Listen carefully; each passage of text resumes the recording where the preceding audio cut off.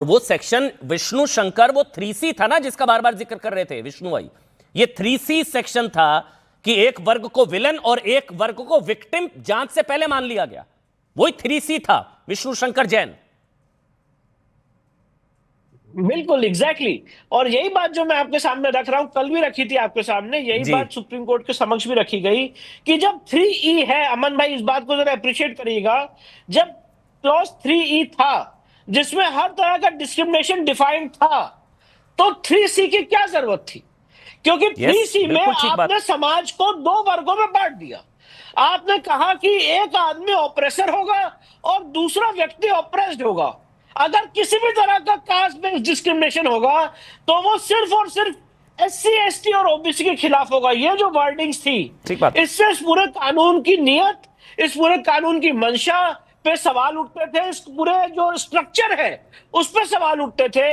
और इन्हीं सारे आधारों पे हमने सुप्रीम कोर्ट के सामने आर्टिकल 14 के क्लियर वायलेशन का मसला रखा, क्योंकि आर्टिकल 14 का मूलभूत सिद्धांत है that it must have a reasonable nexus with the object sought to be achieved. अगर आप क्लास लेजिस्लेशन ला रहे हैं, किसी को एक्सक्लूड कर रहे हैं, तो उसका कोई पर्पस होना चाहिए, और यहाँ पे कोई पर्पस, कोई मकसद यहाँ पे तो एक और चिंता थी ना। मैं एक सवाल बस लूंगा, उसके बाद मैं पैनल पर जाऊंगा। बस एक सवाल विष्णु भाई आपसे भी, लेकिन पहले चंद्रशेखर एक आखिरी सवाल।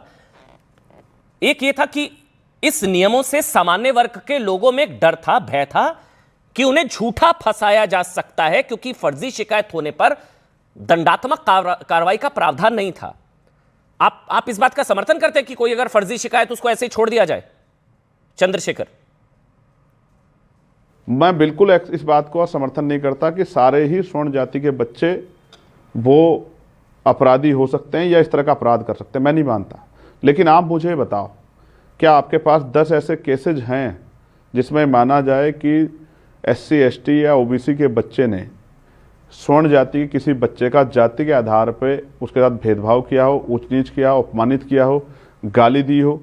अगर आपके पास कोई आंकड़ा हो हायर एजुकेशन सेंटर का, तो आप मुझे बताओ। जिनको प्रोटेक्शन की आवश्यकता उन्हीं को तो प्रोटेक्शन मिलेगी ना। जो पहले से, एक आदमी पहले से सुरक्षा में है, गोली मेरे ऊपर चली तो मुझे सुरक्षा मिली। जिसके जो पहले से सुरक्षा में है, चीफ मिनिस्टर सुरक्षा में है, प्राइम मिनिस्टर सुरक्षा में है, होम मिनिस्टर सुरक्षा में है, अगर उनको आप ये कहें कि भाई चंद्रशेखर को सुरक्षा क्यों दे दी गई, चंद्रशेखर को अगर चंद्रशेखर पे हमला होगा, चंद्रशेखर को अगर गोली मारी जाएगी, तो सुरक्षा चंद्रशेखर को मिलेगी ना।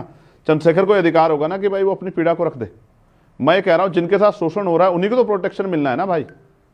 प्रोटेक्शन किसको मिलना चाहिए? चंद्रशेखर जी, आपकी बात सही हो सकती है, लेकिन कानून ये फर्क नहीं करता। कानून और संविधान सहमति अभी तो नहीं, मैं कह रहा हूं कानून और संविधान समानता की बात करता है, वो जातिगत भेदभाव नहीं कर सकता।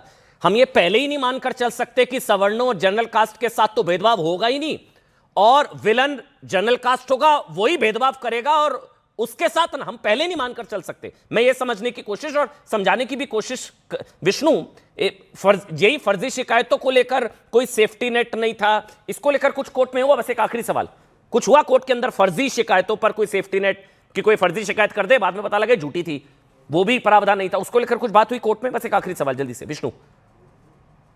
पूरी हियरिंग में ये सारी चीजें इम्बाइब थी, ऐसा नहीं है।